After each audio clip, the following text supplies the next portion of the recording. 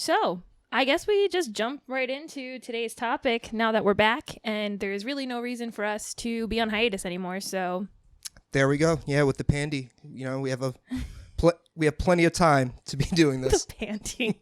It just sounds less intimidating when you say also can't say the word. You can't. Yeah. You get blocked everywhere. Oh, really? Yeah, you can't say the word. All right. So, yeah. You could say the Rony. The Rony or the Pandy is what we'll refer to. Don't imagine it'll come up too much, though.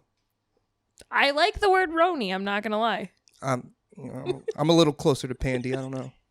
We can debate about that later. So I guess let's talk with Scala brought up that he is DMing officially now. So yes. We are playing a game called The Burning Wheel. It is a very uncommon, not popular game. Sorry, Burning Wheel, if you're watching this, all 1,000 people that play it. It is a great RPG system, though. And Scala, you want to talk about why it's so good real quick before we jump into the topic? Yeah. To me, the reason I love Burning Wheel is it's really open-ended and it's role-play heavy. For me, a lot of the fun that comes into like strategy and role-playing games comes from the critical thinking aspect of it. And in order to have that for the players, their decisions need to matter. It can't be kind of like a linear thing where it's just, okay, well, I need them to get to this point, so I need to force them in this direction. It's more about building their characters, and the other thing with Burning Wheel is how your character starts isn't necessarily and usually never where it ends up. So you have things like beliefs, which will change throughout the story, and the other great part is it's not just me creating a world, it's us creating a world together, and it's really just telling a story. Well, Scala, if there was ever a segue, I would say that that's one. Yes, for our topic today. Yeah, the game is super collaborative, and over the process of learning how to play the game, we decided that we would all work together, which is part of the story, but I would argue we're doing it more than probably most people do, where we're really involving all of the players, the DM is including all the players. Yes. In creating this world. So we thought we would talk about world building, and not particularly just Burning Wheel. We're just going to be using that as our example, considering that's our most recent endeavor. But it's super important, we think, to talk about, because if you ever DM, you create a world, whether you're running a campaign that is already written or you're writing your own and you're sandboxing it.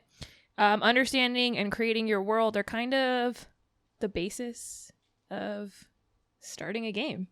Yeah, and it's also going to determine how long your players stay in the game. So if you don't have, and I think we touched on this in our first episode, if I remember, if you don't have an interesting world and kind of story to tell, they're not going to pour too much into their characters. They're not going to be able to follow the story as well. I have a terrible memory. You do. Yeah. Allie knows this about. I literally forgot my own birthday one year. Don't ask me how. Also correct. Yeah. So for somebody like me, I need an intriguing story. So one of my first experiences with anything like that, like Dungeons and Dragons and stuff like that, was with Allie. And the main thing I remember from that was there was so much back information, and there was maps, there was illustrations, there was music for like every scene. It was so detailed, and for me, that definitely helped me kind of remember everything and get a little more comfortable with it. Because I mean, that's the weirdest part about RPGs when you first start off, especially with like Dungeons and Dragons, is kind of coming outside of yourself and pretending to be somebody else. For sure. And I think that having an in-depth world that's fleshed out allows people to explore that world. And like you said, their characters become invested in it because they need to explore the world, because you're giving them something to look for. Now, does that mean that the entire world is fleshed out from top to bottom? Absolutely not. Absolutely. There's been times, I think it happens at least once an episode, where something comes up I didn't think about. And I have to think on the fly and kind of be like, all right, well, story's going in a different direction now.